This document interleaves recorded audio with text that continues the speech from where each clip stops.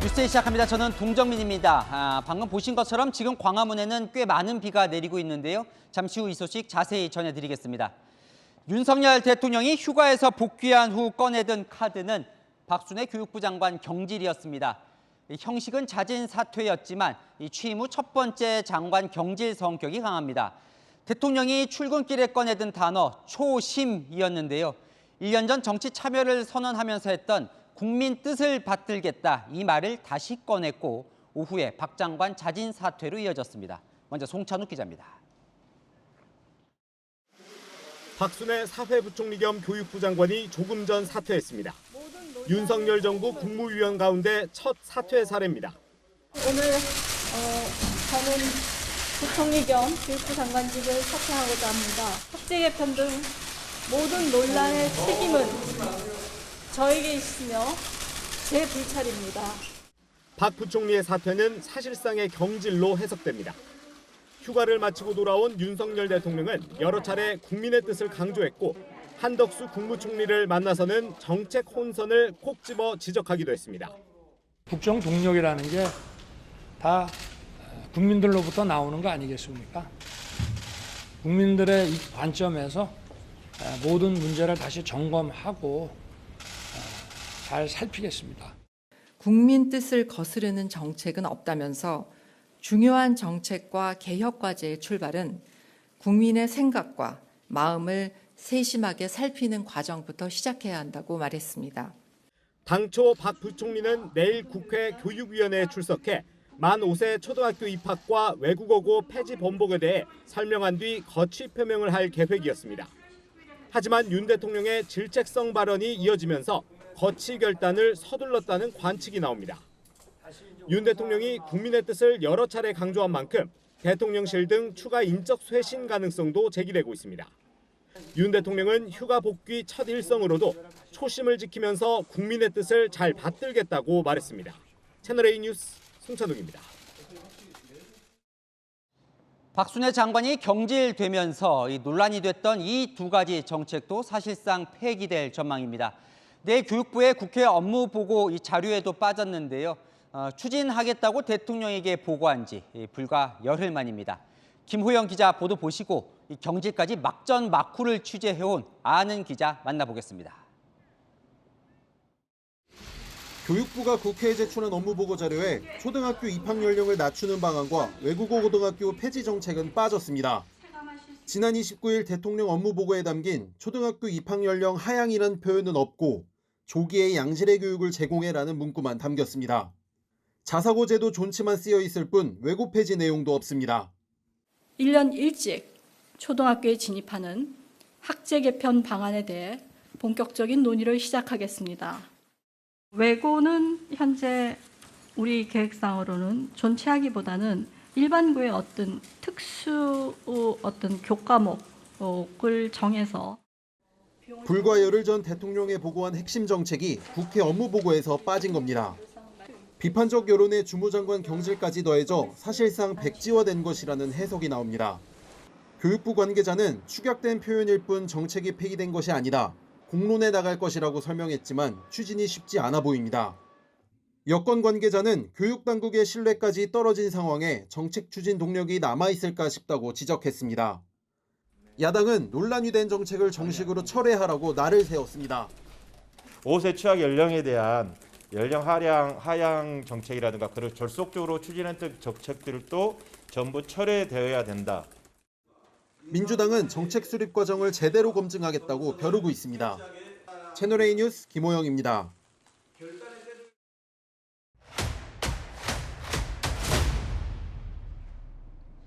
아는 기자, 아자 정치부 최선 기자 나왔습니다. 최 기자. 자, 대통령이 국민 뜻에 따르겠다고 말한 지 8시간 만에 이제 박 장관이 자진 사퇴를 했어요. 그래도 경질로 봐야겠죠? 네, 경질인데 박순애 장관의 면을 세워주기 위한 자진 사퇴의 형식을 채운 것으로 봐야겠죠. 오늘 대통령 발언을 보면 국민의 뜻을 잘 살피겠다, 국민의 뜻을 거스르는 정책은 없다는 등 질책성 지적을 우회적으로 계속했거든요. 그런데요, 한 2시간 전까지만 해도 오늘은 사퇴가 없다 이런 말이 이제 대통령실 안팎에서 나왔었어요. 오늘 무슨 일이 있었던 겁니까, 안에서? 네, 지난 주말을 기점으로 윤석열 대통령은 박순애 장관 교체를 결정한 것으로 보이는데요. 다만 자진 사퇴 시점에 대해서는 저울질을 했던 모양입니다. 오늘이냐 내일이냐였던 것 같은데요. 대통령실은 내일 국회 교육위원회까지는 출석을 해서 정책 방향은 틀리지 않았는데 여론 수렴과 설명 과정에서 미숙함이 있었다. 이런 해명을 해주길 바라지 않았나 싶습니다. 그래서 대통령실에서는 사퇴 직전까지도 오늘 사퇴는 없다. 박 장관은 내일 상임위 현안 보고를 준비하는 것으로 안다. 이렇게 비공식적으로 설명을 했거든요. 실제로 교육부에서는 국회 교육위원회 간사들에게 박 장관이 내일 업무 보고에 참석한다고 통보까지 했습니다. 그런데 박 장관이 이런 상황을 더 끌고 가고 싶지 않았나 봅니다. 내일 국회에 출석하면 여야 모두로부터 심한 질책을 받을 테고요. 굳이 하루를 더 끌고 가봤자 마음만 괴로우니 오늘 던지자 이렇게 스스로 사퇴 시점을 정한 것으로 보입니다. 자, 오늘 이제 대통령이 휴가 복귀한 첫날 어떤 카드를 꺼내들까 시청자분들께서 궁금한 게 많으신 것 같아요. 오늘 질문이 많은데 하나씩 풀어보겠습니다. 자, 대통령이 언제는 훌륭한 사람이다더니 왜 경질을 한 거냐? 대통령은 박 장관과 관련해서 뭘 고민했던 거예요? 네, 윤석열 정부가 추진하고자 하는 교육개혁 전체가 이번 일로 동력을 잃거나 국민들에게 외면당하지 않을까 이런 것을 고심했던 것으로 보이거든요. 윤 정부는 서민층의 교육비 부담을 줄이기 위해 아이들을 공교육 체계로 빨리 편입시킨다는 구상을 하고 있거든요. 그런데 재반 여건은 제대로 갖추지 못한 채 만 5세 입학만 부각되면서 전체가 부정당하는 모양새가 된 겁니다.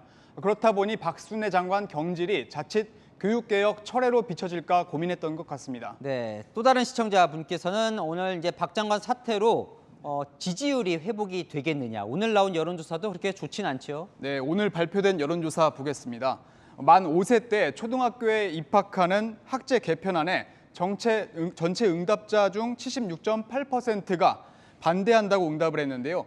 이런 학제 개편 논란은 40%대 지지율을 지키던 가정주부층의 이탈로도 이어졌습니다.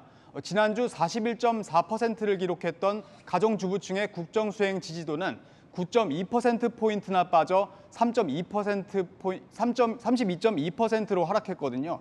윤 대통령의 휴가 기간 동안 물은 리얼리미터의 조사에서는 국정 지지도가 처음으로 20%대를 기록하기도 했습니다.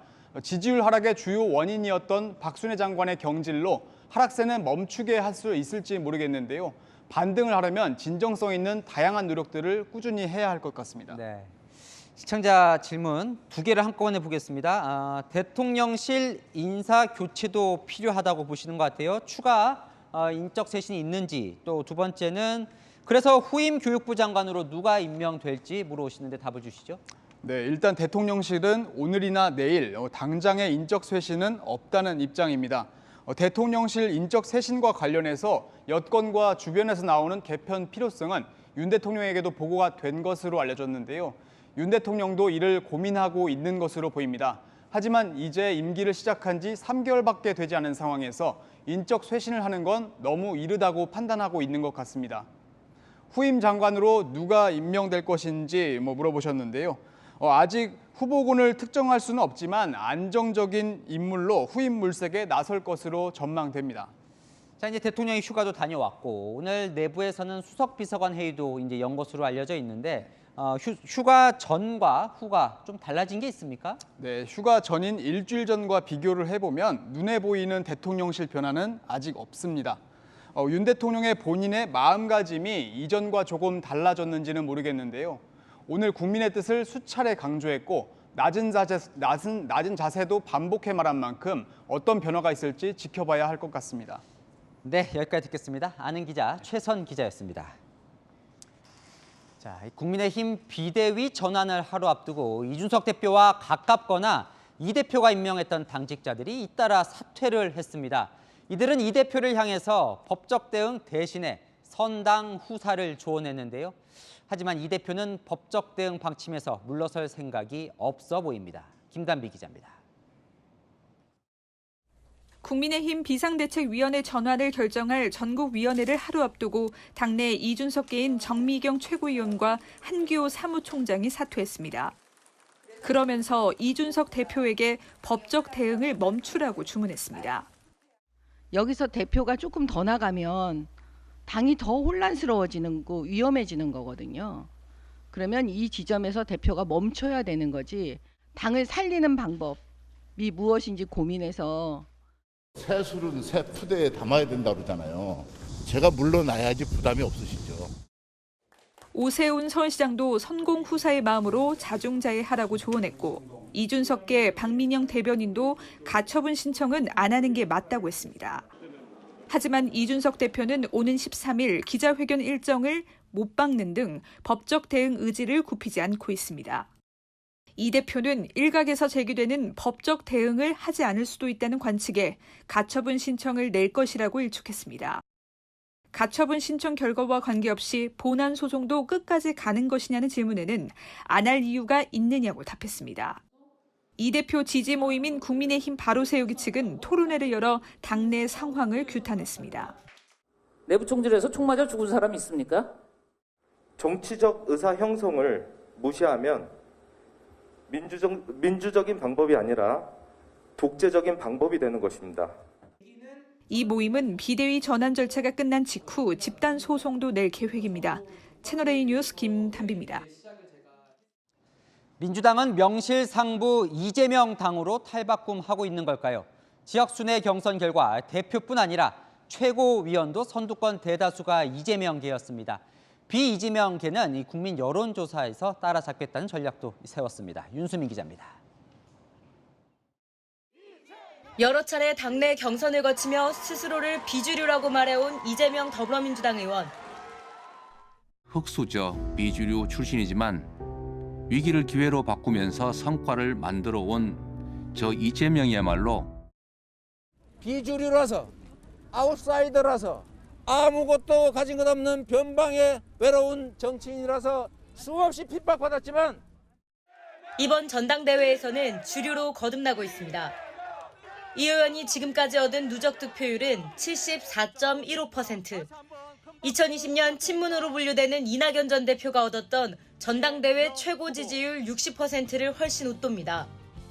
이 의원실 관계자는 최종 득표율 60%를 넘기면 당을 바꿀 동력을 마련할 수 있다며 특히 남은 호남 경선에서 압도적 승리가 필요하다고 말했습니다. 경선 초반이기는 하지만 최고위원 5명을 뽑는 선거에서도 친명계 4명이 선두권에 포진했습니다. 친명계한 최고위원 후보는 1등 수석 최고위원이 돼 이 의원에게 힘을 보태야 한다고 말했습니다. 이재명 당이 초읽기에 들어가면서 비이재명계의 견제도 거세지고 있습니다. 이재명 의원님하고 그 최고위원들께서 다 같은 한 장의 그림으로 자꾸 보이는 것에 대해서는 저도 좀 지양되면 좋겠다. 당대표 경쟁자인 박용진 의원은 이 의원을 겨냥한 사당화 방지 공약을 발표했습니다. 당대표의 독단, 힘 있는 자들의 전횡을 방지하겠습니다. 앞으로 민주당에서 셀프 공천이라고 하는 단어는 사라지도록 하겠습니다. 이번 주말 1차 국민 여론조사 발표가 이 의원의 독주를 견제할 분수령이 될 전망입니다. 채널A 뉴스 윤수민입니다. 분명히 장마는 끝났다고 했는데요. 중부지방에 천둥, 번개, 비바람을 동반한 폭우가 쏟아지고 있습니다. 통보도 없이 북한에서 이 강물까지 내려보내고 있어 임진강 수위도 빠르게 올라가고 있는데요. 경기도 연천 군남대에 취재기자 나가 있습니다. 최승현 기자, 댐 수위는 괜찮습니까? 네, 군남댐이 있는 이곳 경기 연천군에는 하루 종일 강한 빗줄기가 이어지고 있습니다. 제 뒤로 보이는 것처럼 군남댐은 수문 13개를 모두 열고 초당 2,800톤의 물을 방류하고 있는데요. 현재 군남댐 수위는 29.45m로 한계 수위인 40m에는 못 미치지만 오전에 25m에 비하면 빠르게 오르고 있습니다. 휴전선 이북 지역에도 많은 비가 내리면서 북한은 사전 통보 없이 임진강 상류에 있는 환강댐의 수문을 열었다 닫았다 하며 물을 내보내고 있습니다. 군남댐보다 상류에 있는 필승교의 현재 수위는 4.7m로 오늘 오전 1.3m에서 빠르게 올라가고 있습니다. 북한이 수문을 완전히 열 경우 범람 위험이 있는 만큼 주민과 야영객들은 각별히 주의하셔야겠습니다. 현재 수도권과 강원을 중심으로 호우특보가 내려진 가운데 오늘 하루 경기 연천과 강원 철원 일대에는 100mm 이상, 많게는 200mm 가까운 비가 내렸습니다. 한반도 주변의 기압계 충돌로 정체 전선이 형성됐는데요. 이 전선이 한반도를 빠져나가지 못하는 이른바 블로킹 현상이 나타나면서 모레까지 중부지방에 최대 350mm의 비가 예상되고 있습니다. 이에 따라 환경부는 조금 전 6시부터 충주댐에 수문을 열고 초당 1,500톤의 물을 방류한다고 밝혔습니다. 내일 정오에는 소양강댐의 수문 방류 여부도 검토하기로 했는데요. 두 댐이 홍수 조절을 위해 수문을 여는 건 물난리가 심했던 지난 2020년 8월 이후 2년 만입니다. 행정안전부는 오늘 오전 7시 반을 기해 호우 위기경보 수준을 관심에서 주의 단계로 올리고 비 피해가 없도록 주의를 당부했습니다. 지금까지 군남댐에서 채널A 뉴스 최승현입니다. 서울과 인천 등 수도권에는 100mm가 넘는 집중호우로 피해가 속출하고 있습니다. 중랑천 수위가 올라가면서 동부간선도로 전 구간이 통제가 되자 서울시는 퇴근길 대중교통 이용을 당부했습니다. 조현진 기자입니다. 승용차가 물속에 반쯤 잠겼습니다. 차가 움직이지 않자 성인 남자 4-5명이 뒤에서 밀어 침수 지역을 탈출합니다. 도로는 빗물에 잠겼고 차량들이 물살을 헤치며 지나갑니다. 공사 현장에선 토사가 밀려내려와 도로를 덮칩니다. 인천 지역엔 지금까지 중부 135mm를 비롯해 부평구 113.5mm 등 100mm가 넘는 폭우가 쏟아졌습니다. 짧은 시간에 비가 집중되면서 제물포역과 주안역 인근 등 시내도로 곳곳이 물바다가 됐습니다. 거기까지 왔지. 무릎 위에까지. 승용차가 저기 지나가다가 시동이 꺼지니까 못 지나가고 그냥 다 여기 서 있었지, 저기. 국철 1호선 일부 선로가 침수돼 한때 열차 운행이 지연됐고 시내 지하차도도 한때 전면 통제됐습니다. 주택가 차량 침수 등 소방당국에 80건 넘는 신고가 접수됐지만 다행히 인명피해는 없었습니다. 주민들은 복구에 나섰지만 어디서부터 손을 대야 할지 막막하기만 합니다. 우리같이 이렇게 진짜 벌지도 못하는 사람들, 이런 사람들 이렇게 하루라도 못 벌면은 손해가 많지. 서울 종로구의 재건축 구역에선 주택이 폭우에 무너져 주민 5명이 대피하기도 했습니다. 그러니까 소리가 어마어마하게 들렸다니까. 78년 만에 처음으로 그런 소리 들렸다니까. 내가 이래도 역전의 용사, 월남전 참전 용사인데 월남에서도 그런 소리 내가 못 들어봤어. 현재 서울 모든 지역에 호우 경보가 발효되면서 서울시는 출퇴근 시간 대중교통 운행 횟수를 늘리고 지하철 막차 시간도 30분 연장합니다. 채널A 뉴스 조현진입니다. 네, 다음 뉴스입니다. 경찰이 휴가철 음주운전 특별 단속을 하고 있는데요. 경찰관들이 줄줄이 적발되고 있습니다. 사고를 내고 음주 측정을 거부하거나 체포까지 된 경찰도 있습니다. 김민환 기자입니다. 깜깜한 새벽 시간, 차로 끝차선에 택시 한 대가 멈춰 서 있습니다. 뒤에서 흰색 승용차가 다가오더니 속도를 줄이지 않은 채 그대로 들이받습니다. 사고 충격으로 택시는 앞으로 밀려납니다. 곧이어 현장에 순찰차가 잇따라 도착하고 승용차 운전자를 태우고 사라집니다. 흰색 승용차가 택시를 들이받는 사고를 낸 건 그제 새벽 2시 20분쯤. 경찰이 현장에 출동해 확인해보니 사고를 낸 운전자는 서울 광진경찰서 소속 A 경장이었습니다. 경찰은 술 냄새가 나 음주 측정을 요구했지만 A 경장이 3차례나 응하지 않아 음주 측정 거부 혐의로 입건했습니다.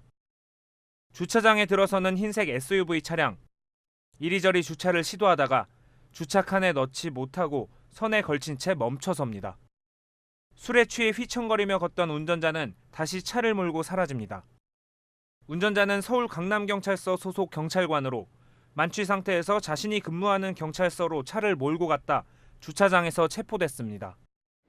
경찰은 지난달 21일부터 휴가철 음주운전 특별 단속을 하고 있습니다. 이 기간에만 2명의 경찰관이 음주운전으로 적발됐고 지난 6월부터 적발된 건 6건에 이릅니다. 특별 단속에 앞서 내부 기강부터 다시 세워야 한다는 지적이 나옵니다. 채널A 뉴스 김민환입니다. 정부는 동네에 있는 원스톱 진료기관에서 코로나 진료를 받고 약을 처방받으라고 적극적으로 권장합니다. 그런데 문제는 약국에 처방해줄 약이 품깁니다. 김용선 기자가 돌아봤습니다. 병원이 발급한 코로나19 확진자 처방전입니다. 콧물, 기침을 완화시켜주는 약과 열을 낮추는 아세트아미노펜 성분이 대부분입니다. 하지만 약국엔 아세트아미노펜 성분의 조제용 의약품이 2에서 3일치밖에 남지 않았습니다. 지금 너무 심각한 상태예요. 옛날에 오미크론 걸렸을 때보다 더 구하기 힘들고요. 한 통 들어올까 말까 들어오지도 않아요. 원스톱 진료기관 인근 약국도 사정은 비슷합니다. 여기 정형외과가 원스톱 병원으로 지정이 되면서 코로나 환자가 많이 늘었어요. 당장 처방이 나오면 쓸 약이 없기 때문에 그래서 이런 상황이 좀 더 빨리 해결됐으면 좋겠어요. 약이 없어 처방전을 들고 온 확진자를 돌려보내는 일도 생깁니다. 요새도 계속 없어요. 어느 정도 풀려야 되는데 약이 없으면 돌려보내고 그렇게 해야죠. 대표적으로 타이레놀이 조제용이 없어요. 조제용 타이레놀이 거의 구하기가 힘들어졌어요. 단가가 3배 이상 비싼 일반 감기약 포장을 뜯어 조제약에 넣기도 합니다. 코로나 대면 진료가 늘면서 조제약 처방이 늘어난 데다 제약업체들이 단가가 높은 완제품 감기약 생산에 치중하면서 조제약에 들어갈 약품이 모자라는 상황이 발생한 겁니다. 조제용 타이레놀이 단가로 따지는 회사 입장에서 보면 싸요. 제약회사 입장에서는 일반약으로 파는 게 훨씬 더 가격이 더 높이 받을 수 있죠. 정부는 뒤늦게 감기약 10종에 대한 관리를 시작하겠다고 밝혔지만 당분간 조제약 품귀 현상은 지속될 것으로 우려됩니다. 채널A 뉴스 김용성입니다. 민노총 화물연대가 집회를 벌이고 있는 강원도 하이트진로 맥주 공장이 제품 출고를 재개했습니다. 맥주 성수기에 100억 원 매출 피해를 봤다는 회사 측이 직원 200여 명을 배치하며 현장에는 긴장감이 맴돌았습니다. 강경모 기자입니다. 맥주 공장 앞에서 경찰과 대치를 벌이는 화물연대 조합원들. 맥주를 실은 물류 차량들이 공장 밖으로 줄지어 나가자 목소리가 커집니다. 차량들 다 나가고 대안은 없습니다. 하이트진로에 제품을 실은 차량들만 나가게 하고 있습니다. 하이트진로 강원 공장이 맥주 출고를 재개했습니다. 작업은 순조롭게 진행돼 오늘 하루 목표의 92%인 11만 박스를 채웠습니다. 이 공장에서는 화물연대 시위로 지난 2일부터 맥주 출고 작업이 중단과 재개를 반복해왔습니다. 급기야 회사는 본사 직원 250명을 배치해 인간띠를 둘러 진입로를 뚫겠다는 강수를 뒀습니다. 다행히 경찰 500여 명이 화물연대가 맡고 있던 진출입로를 확보하면서 충돌은 발생하지 않았습니다. 운송료 인상 등을 요구하며 지난 6월부터 청주 이천 소주 공장에서 점거 농성을 벌였던 화물연대는 업무 방해를 인정한 법원 판결 이후 강원도 맥주 공장으로 장소를 옮겼습니다.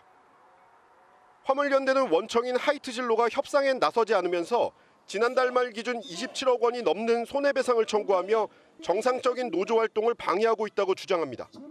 집회 한번 하거나 아니면 지나가는 차에다가 항의를 한다거나 아니면 행진을 한다거나 하면 일회당 1,000만 원씩 손해배상을 물어주게끔 집회를 할 수 없는 여건이 돼버린 거잖아요.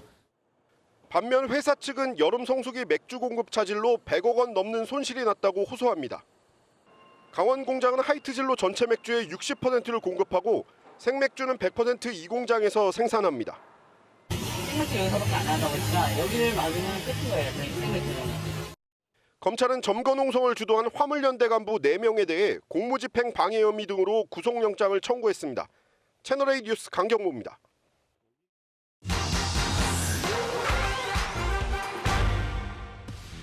골프장에 출동한 소방차, 무슨 일이 벌어진 걸까요? 지난 4월 전남 순천의 한 골프장에서 50대 여성 공을 주우려다 연못에 빠져 숨졌습니다. 경찰은 최근 캐디를 입건하고 중대 시민재해를 일으킨 혐의로 골프장 대표를 추가 입건하는 방안을 검토하고 있습니다. 골프장 연못 한 번 빠지면 얼마나 위험한지 알아봅니다. 골프장 연못, 보통 워터 해저드라고 부르는데요. 조경을 위해 만든 얕은 수심의 경관용과 빗물을 모아두기 위해 만든 저류용으로 나뉩니다. 저류용은 가뭄때 잔디에 뿌릴 빗물을 모아두는 용도라서 폭도 넓고 수심이 깊습니다. 물이 빠져나가지 않게 표면을 시멘트나 비닐로 덮어서 바닥도 미끄럽습니다. 해저드 내부를 어떻게 만드느냐에 따라서도 위험성이 다른데요. 수영장처럼 바닥을 평평하게 만드는 직벽형, 중심으로 갈수록 수심이 깊어지는 경사형이 있습니다. 1998년 박세리 선수가 양말을 벗고 들어가 샷을 날렸던 그 해저드에 물을 뺀 모습입니다. 한눈에 봐도 얕은 경관용이자 직벽형이죠. 수심이 얕은 데다 물에 빠져도 턱면을 잡고 나올 수 있어 그나마 안전한 편입니다. 하지만 이번 사고가 난 해저드, 최대 수심 4m에 이르는 저류용이면서 경사형이었는데요. 캐디가 구명안을 던져 구하려 했지만 수심이 깊고 바닥 방수포 탓에 미끄러워서 구조엔 실패한 것으로 알려졌습니다. 들어가면 뭐 10cm, 20, 30 이런 식으로 깊어지죠. 물을 채워서 가뭄때 잔디에 물 줘야 되니까 많이 깊죠. 20m 되는 데도 있어요.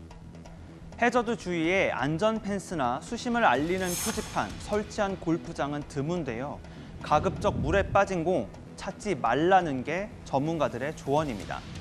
팩트맨이었습니다. 영국 런던 템즈강에는 거대한 대관람차가 눈길을 끌고 있죠. 그런데 한강변에 런던 아이보다 큰 가칭 서울 아이가 설치됩니다. 서울시는 한강에 관광객 3천만 명을 모으겠다는 계획인데 또 어떤 변화가 생기는지 김예지 기자가 보도합니다. 높이 135m, 타워브릿지와 템즈강이 한눈에 내려다 보이는 대관람차 런던 아이. 바퀴에는 32개의 관람용 캡슐이 설치돼 있고 한 바퀴 회전하는데 약 30분이 걸립니다. 싱가포르에는 식사까지 할 수 있는 대관람차 싱가포르 플라이어가 있습니다. 런던 아이보다 높은 165m입니다. 각 도시의 랜드마크로 자리 잡은 대관람차가 서울에도 들어섭니다. 대관람차 역시 세계적인 대도시에 거의 하나씩 다 설치가 돼 있을 정도로 어떤 그 관광객을 끌어모으는 아주 대표적인 정책 수단으로 이미 자리를 잡았습니다. 세계 최대 규모로 건설되는데 장소로는 마포구 상암동 일대, 뚝섬 3표 레미콘 부지 등이 검토됩니다. 수상 예술 무대와 수변 객석도 만듭니다. K-팝 콘서트부터 뮤지컬, 오페라 공연 등이 가능한 3만석 규모로 접근성이 좋은 여의도나 반포가 유력합니다. 상암에서 잠실까지 이어지는 한강의 석양 명소를 조성해 서울 방문객 3천만 명 시대를 열겠다는 최장 10년짜리 프로젝트입니다. 런던 아이처럼 그런 서울 아이를 갖는다는 것은 관광 도시의 상징화라는 의미를 보편적으로 갖게 되죠. 다만 여기서 서울의 아이의 상징의 고유성이 있겠느냐 고민을 안겨주고 있어요. 잠수교도 색다른 석양 명소로 탈바꿈할 예정입니다. 오는 28일부터 10월 말까지 매주 일요일을 차 없는 다리로 전환해 버스킹과 푸드트럭 등을 운영할 계획입니다. 채널A 뉴스 김예지입니다. 경남 김해에서 발견된 세계 최대 고인돌 유적이 일부 훼손됐습니다. 김해시가 문화재청과 협의도 없이 무단으로 정비 사업을 하다 망가뜨린 건데 전문가들은 복원이 불가능한 수준이라고 입을 모읍니다. 권솔 기자입니다. 포크레인이 땅을 파헤치고 있습니다. 포크레인 뒤로 보이는 건 김해 구산동 지성묘, 즉 고인돌입니다. 2000년에서 3000년 전부터 고인돌 주변에 깔려있던 돌은 다 뽑혀 산처럼 쌓여 있습니다. 고인돌의 길이 10m, 너비 4.5m에 무게는 무려 350톤입니다. 중앙부의 상석, 즉 지성묘를 중심으로 주위에 촘촘히 박혀있는 얇고 넓적한 돌, 박석까지 포함하면 총 규모는 1652제곱미터. 학계는 세계 최대 규모의 고인돌이 될 걸로 내다봤습니다. 지금까지는 전남 화순의 고인돌 픽매바위가 가장 큰 걸로 알려졌습니다. 고인돌은 상석을 기준으로 크게 세 가지, 탁자식, 바둑판식, 개석식으로 나눌 수 있습니다. 김해 고인돌은 개석식으로 볼 수 있는데 상석으로 덮여있는 지면 아래 묘실이 있습니다. 신성한 묘역임을 알리기 위해 박석으로 구획을 표시한 점이 학계에서 큰 주목을 받았습니다. 발굴 당시 예산 확보 등의 문제로 보존만 하다 2년 전 복원 정비 사업이 시작됐지만 지금은 전면 중단됐습니다. 김해시가 문화재청 허가 없이 박석 위치 등을 해체한 사실이 확인됐기 때문입니다. 현장을 다녀온 전문가들은 사실상 원형 복구가 불가능하다고 입을 모읍니다. 3000년 전의 상태 그대로 보존되어 있었죠. 문화재적 가치를 인정받으려면 원래 모습을 그대로 지키는 게 중요하거든요. 그 진정성이 훼손된 거죠. 문화재청은 얼마나 훼손됐는지 발굴 조사를 할 예정으로 위법 사항에 대한 법적 조치를 취할 것이라고 밝혔습니다. 채널A 뉴스 권솔입니다. 정부가 16조 원에 달하는 국가 소유의 땅과 건물을 팔기로 했습니다. 공공부문의 몸집을 줄이고 재정에 보태겠다는 계획의 일부입니다. 박지혜 기자입니다. 국가가 가지고 있지만 잘 쓰지 않던 땅과 건물이 이번 달부터 본격적으로 민간에 풀립니다.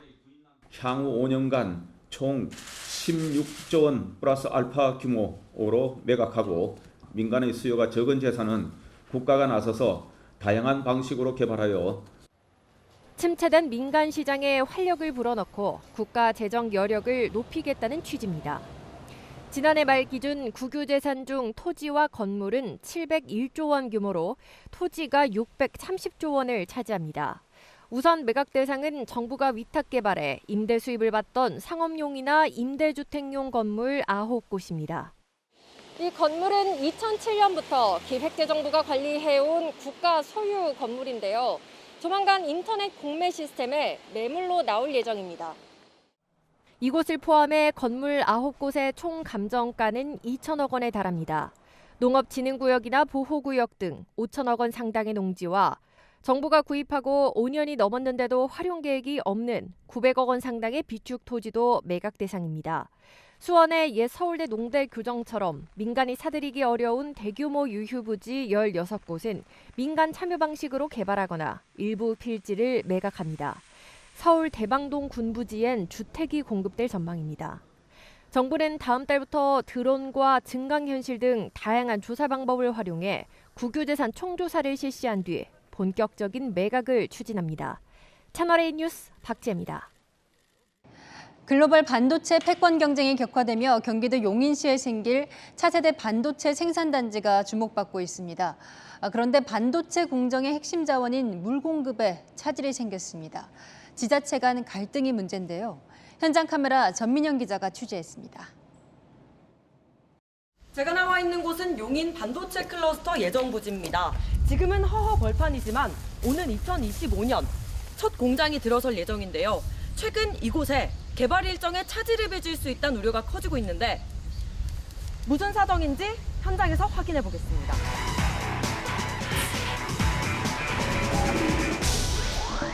반도체 클러스터는 규모부터 압도적입니다. 면적이 415만 제곱미터로 여의도의 1.5배에 이르는데 SK 하이닉스 공장과 관련 기업 50여 곳이 입주할 예정입니다. SK 하이닉스의 투자액만 120조 원, 단지 전체에 3만 1,000개의 일자리가 생길 것으로 전망됩니다. 지역 발전이 있겠지. 실업자도 많이 줄 것이고. 이게 벌써 몇 년 오래됐잖아요, 벌써. 진행이 좀 빨리 되면 좋겠어요. 지금은 부지 정비 단계인데 공업용수 공급에 돌연 적신호가 켜졌습니다. 지난달부터 여주시가 물 공급 계획에 제동을 걸고 나선 겁니다. 원래는 여주에 있는 남한강에서 이천을 거쳐 용인까지 37km에 이르는 관로를 통해 매일 최대 57만 톤을 공급할 계획이었습니다. 물은 반도체 제조와 세척에 필요한 핵심 자원으로 무기질과 미생물 등을 고도로 정제한 뒤 초순수 상태로 사용됩니다. 반도체 클러스터에서 쓸 공업용수는 이곳 남한강 여주보에서 끌어가는데요. 여주시는 물을 받으려면 지역경제 활성화를 위한 추가 지원을 내놓으라고 요구하고 있습니다. 용수 공급시설에 대한 건설 인허가는 당초 지난달 말로 예상됐지만 여주시는 보류하고 있습니다.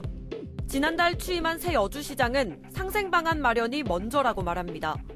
상생할 제한이 온 게 아무것도 없어요. 개발이 안 되고 이렇게 규제를 쭉 받아왔었는데 개발을 할 수 있게 해달라. 여주시는 남한강이 지난다는 이유로 여러 환경 규제에 묶여 개발이 제한돼 왔습니다. 그 갈로가 지나가는 이런 동네에서는 다 이주를 해야 되는 이런 입장인데 그래서 무조건 말리는 거는 아니다. 그러지만 그 많은 대가를 해고 물을 가져가야 되지 않겠느냐. 상생 방안이 없었던 건 아닙니다. 앞서 지난 6월 부지를 조성하는 용인 일반산업단지 측은 여주시에 상생 협의안을 제안한 바 있습니다.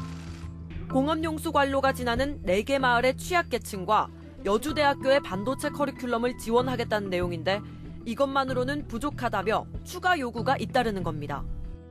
물이 돌아야 공급 가당할 거 아닙니까? 7월 말에 승인고시가 났으면은 문제없이 차질 없이 진행이 되는데 이게 장기적으로 가면은 전반적으로 문제가 생기겠죠.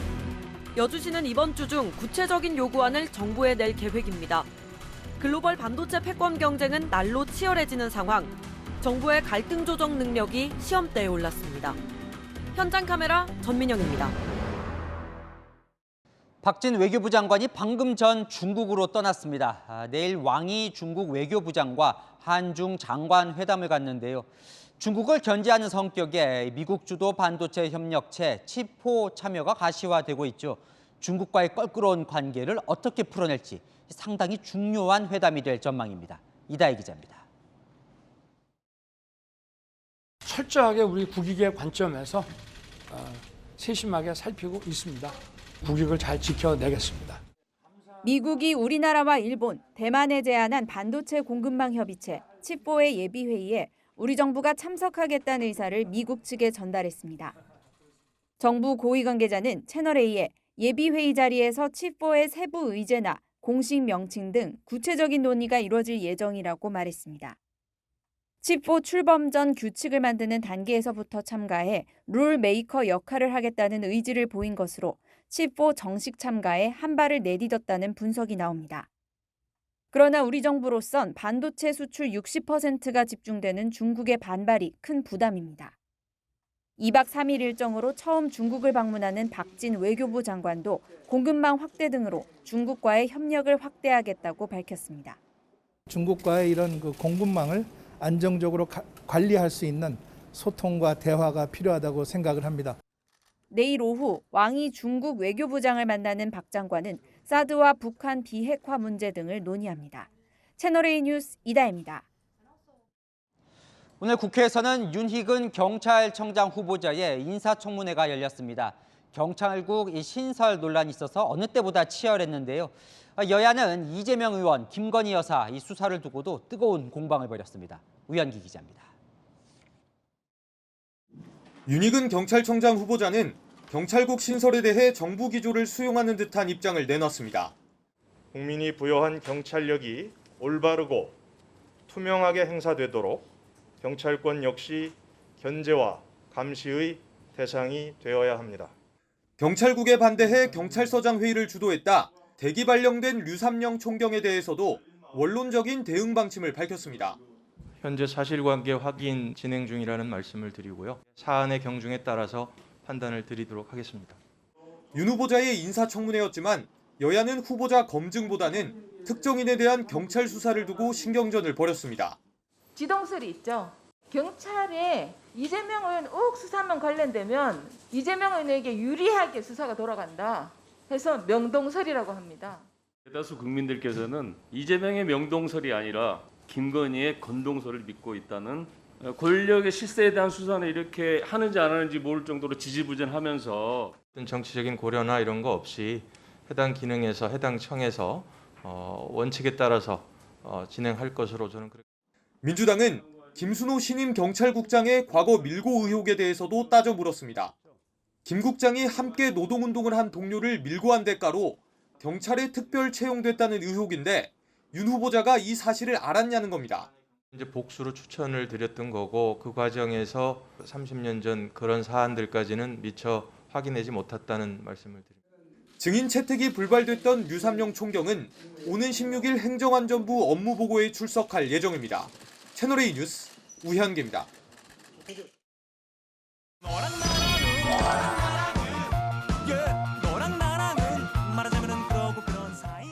자, 여랑야랑 김민지 기자의 휴가로 이번 주는 정치부 정한희 기자와 함께합니다. 첫 번째 주제 보겠습니다.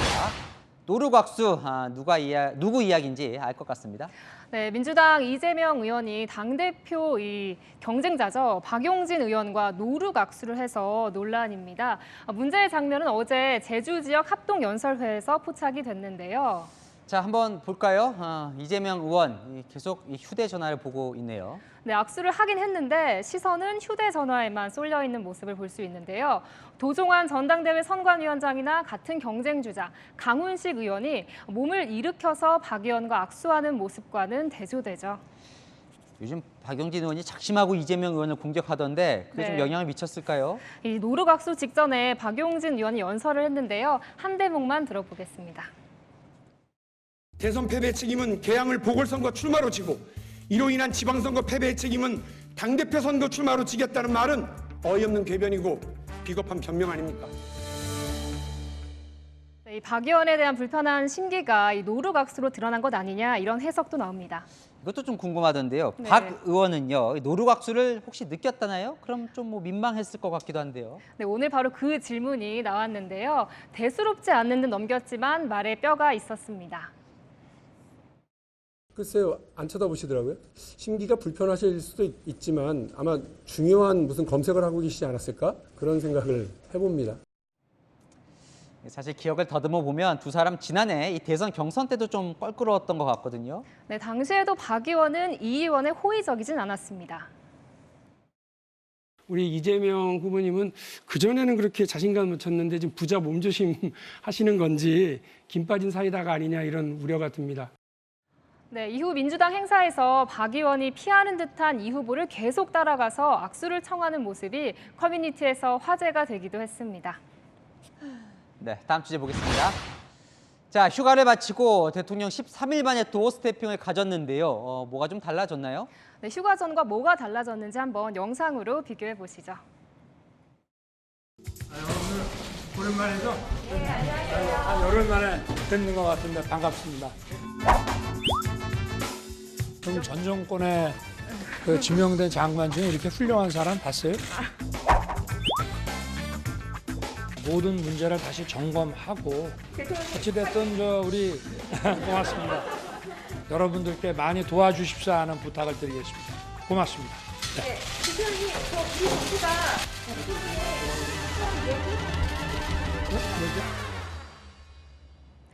네, 지금 보시는 화면은 도어 스태핑 현장인데요. 이번엔 기자 위치에 주목해 주시죠. 뭐 기자 위치가 뭐가 좀 달라진 겁니까? 네, 휴가 전에는 기자들이 대통령과 마주보고 일직선으로 서 있었다면 오늘부터는 대통령을 둘러쌌습니다. 소통을 더 늘려보기 위한 거라고 합니다. 또 윤 대통령의 하늘색 넥타이도 주목받았는데요. 취임식 때도 하늘색 넥타이를 했어서 초심으로 돌아간다는 의지의 표현이라는 해석도 나왔습니다. 뭐 물론 의지의 표현이라지만 사실 이것보다 소통 내용이 더 중요하겠죠. 네, 대통령실에서는 대통령의 오늘 발언 중에서 바로 이 단어를 주목해달라고 하네요. 윤석열 대통령은 국민을 더 세심하게 받들기 위해 국민의 뜻과 눈높이에 맞춘 국정 운영 등 국민 뜻을 거스르는 정책은 없다면서 네, 하지만 야당은 오히려 화를 키운다고 비판했는데요. 민생 행보 강화하겠다. 더 낮은 자세로 국민 뜻 받들겠다와 같은 하나만한 원론적 접근으로는 대통령의 무능과 무책임만 키울 뿐입니다. 원론적이라는 평가를 뒤집을 수 있는 건 변화와 성과를 꾸준하게 보여주는 방법 외에는 없지 않을까 싶네요. 그걸 국민이 느끼면 지지율은 덩달아 올라가겠죠. 여랑야랑이었습니다. 다음 소식입니다. 끝모르고 치솟던 인플레이션이 진정될 조짐을 보이고 있습니다. 곡물가와 국제유가가 동시에 큰 폭으로 떨어졌는데요. 걱정이 많았던 물가 안정에는 도움이 되겠지만 역으로 경기 침체 우려가 나오고 있습니다. 권갑구 기자입니다. 안전모를 쓴 사람들이 작은 배에 몸을 싣고 바다로 향합니다. 사다리를 타고 화물선 위로 올라가 군수물자 등이 있는지 살펴봅니다. 우크라이나와 러시아, 유엔과 튀르키예가 함께 구성한 공동조정센터 관계자들입니다. The purpose of the inspection was to ensure that the vessel was carrying no unauthorized cargo or personnel. 우크라이나 5대 사항에서 화물선 10척이 4차례에 걸쳐 출항했습니다. 적게는 2만 6천 톤부터 많게는 16만여 톤까지 밀과 옥수수, 해바라기 씨앗 등 품목도 다양합니다. 흑해를 통한 수출길이 열리자 국제 곡물 시장도 화색을 되찾았습니다. 세계 식량 가격 지수는 넉 달째 하락세를 이어가더니 지난달 14년 만에 가장 큰 하락폭을 기록했습니다. 국제 유가도 우크라이나 전쟁 이전 수준으로 돌아갔습니다. 지난 6월 배럴당 120달러를 넘어섰던 서부 텍사스산 원유는 88달러 선까지 떨어졌습니다. Reducing the price of oil in the market is the most important thing, and that's what we're seeing, and that's what we're going to continue to work on. 하지만 최근 유가 급락은 경기 침체 우려에 따른 에너지 수요 감소가 원인으로 지목되기 때문에 달갑지만은 않은 소식이라는 지적도 나옵니다. 채널A 뉴스 권갑구입니다. 제로 코로나를 포기하지 않고 있는 중국 당국이 이번에는 여름 휴가지 하이난을 전격 봉쇄했습니다. 피서객 8만 명의 발이 묶였고 폐쇄된 공항이 난장판이 됐습니다. 베이징 공태현 특파원입니다. 공항이 관광객과 보안 요원들로 뒤섞여 아수라장입니다. 한켠에 줄지어 누웠고 거칠게 항의하는 관광객도 보입니다.